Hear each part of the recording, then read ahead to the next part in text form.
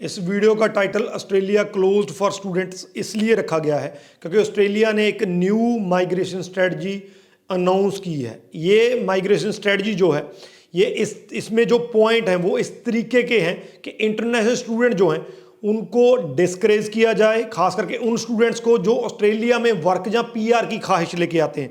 और साथ के साथ सबसे बड़ी बात, अगर ये माइग्रेशन स्ट्रेटजी इसी तरीके से जो है लागू होती है तो कहीं ना कहीं पे जो वहाँ पे बैठे हैं टेम्परेरी स्टेटस पे हैं, पीआर की एलिजिबिलिटी नहीं बढ़ रही है, उनको भी वापस आना पड़ सकता है। इतना बड़ी अनाउंसमेंट है।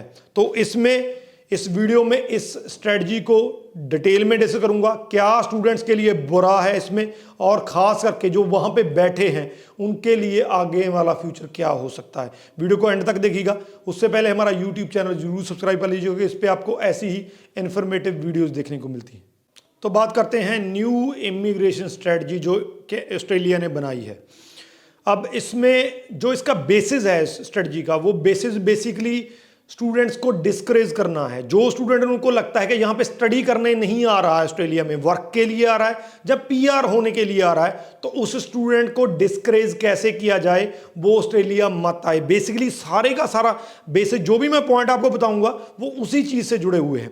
तो इस कड़ी में सबसे पहला पॉइंट जो है, इंक्रीज लैंग्वेज रिक्वायरमेंट्स। जो भी स्टूडेंट अप्लाई करेंगे अब से वो जो है वो रिक्वायरमेंट जो है वो इंक्रीज करने वाले हैं। चाहे वो स्टूडेंट नए वाले हैं जो इस टाइम पे स्टडी परमिट अप्लाई करेंगे, जहां वो स्टूडेंट वो हैं जो वहां पे बैठे हैं जिन्होंने अपना स्टडी परमिट एक्सटेंड करवाना है, तो ये दोनों पे लागू होगा।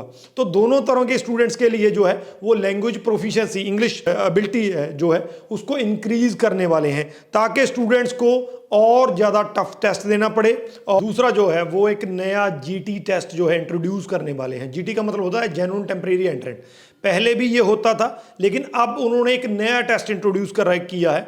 अब इस टेस्ट का पर्पस क्या है? इसका पहला पर्पस जो है जेन्युइन स्टूडेंट्स जो है वो सिलेक्ट किए जाएं। जो भी स्टूडेंट ऑस्ट्रेलिया में सिर्फ पढ़ने के लिए आना चाहते हैं तो वही ये टेस्ट जो है पास होगा और वही ऑस्ट्रेलिया आ सकेंगे। दूसरा जो है इसमें क्लियर किया जाए जो भी इसमें क्वेश्चन होंगे, जब वो स्टूडेंट्स उन क्वेश्चंस के गो थ्रू होगा तो उसको क्लियर हो जाएगा कि मैं स्टडी करने के बाद ऑस्ट्रेलिया छोड़ने वाला हूं, मैं यहां पे किसी तरीके की परमानेंट रेजिडेंसी जहां वर्क के लिए नहीं आया हूं। तो ये इसका मेन मकसद है। तो बेसिकली इस टेस्ट को इस हिसाब से तैयार किया गया है ताकि जो स्टूडेंट ऑस्ट्रेलिया में पढ़ने के लिए जा रहे हैं, ना कि वर्क के लिए, जहाँ पीआर की जो अपनी एम्बिशन है, पीआर का जो ड्रीम है वो लेके जा रहे हैं, तो वो स्टूडेंट इस टेस्ट में फेल हो जाए, जहाँ उनको इस टेस्ट के जरिए डिस्करेज किया जाए। तो ये टेस्ट का मकसद, जीटी टेस्ट का मकसद भी वही है।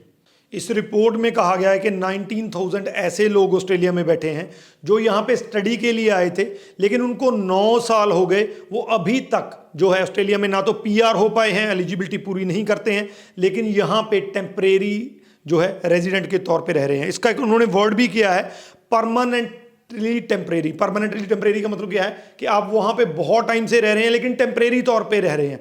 तो ये तीसरा और लास्ट पॉइंट इसी से जुड़ा हुआ है।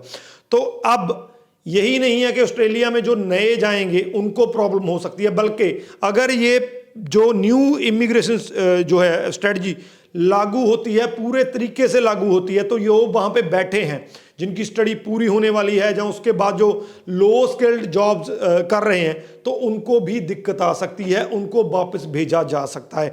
ये पॉइंट उसी तरफ इशारा करता है। उन्होंने कहा कि जो स्टूडेंट वहाँ पे यहाँ पे आते हैं, उसके बाद जब उनका टेम्परेरी वीज़ा जो है एक्सपायर होने वाला होता है तो वो किसी तरह की जॉब ले लेते हैं जहां वो फिर से स्टडी एक्सटेंड करवा लेते हैं। तो हम इस चीज़ को अब रोकने वाले हैं, ऐसा इस टाइम इसके बाद पॉसिबल नहीं हो पाएगा। तो जितने भी स्टूडेंट इस टाइम पे वहाँ पे बैठे हैं जो एलिजिबिलिटी पूरा नहीं करेंगे पीआर की, तो उनके लिए आने वाले दिनों में दिक्कत आ जाएगी। तो ये जो स्ट्रेटजी, जहाँ ये जो पॉलिसी बनाई गई है, ये सिर्फ जो स्टूडेंट इस टाइम पे अप्लाई करना चाहते हैं उन्हीं के लिए नहीं, बल्कि जो वहाँ पे बैठे हैं ऑलरेडी टेम्परेरी स्टेटस पे हैं, तो उनके लिए भी बड़ा प्रॉब्लम का कारण बन सकती है। तो कहीं ना कहीं पे ऑस्ट्रेलिया जो है बहुत ज़्यादा सख्त, बहुत ज़्यादा टाइट होता दिख रहा है। तो अगर आप भी ऑस्ट्रेलिया जाना चाहते हैं, जा सकते हैं, लेकिन एक चीज़ का ख्याल आपने रखना है कि ऑस्ट्रेलिया आप सिर्फ पढ़ने के लिए जा रहे हैं। अगर आपके मन में कोई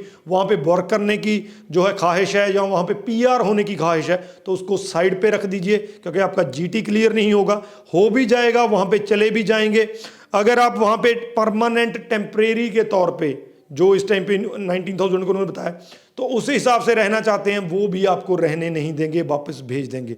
तो ऑस्ट्रेलिया का डिसीजन लेना है, बहुत सोच समझ के लेना है और उसी तरीके से लेना है जहां पे आप पीआर की एलिजिबिलिटी पूरी कर सकते हैं। मैक्सिमम टू मैक्सिमम शेयर कर दीजिए, ताकि स्टूडेंट्स को जो ऑस्ट्रेलिया की इस टाइम की रियलिटी है, जो नई स्ट्रेटजी है, ये जो इसके बारे में पता चल सके। आगे भी इस पे वीडियो बनाऊंगा ताकि डिटेल में आपको पता चल सके। इस वीडियो के रिगार्डिंग अगर कोई क्वेश्चन है तो नीचे लिख दीजिए, आपको आंसर मिल जाएगा। राजवीर चहल, थैंक यू सो मच।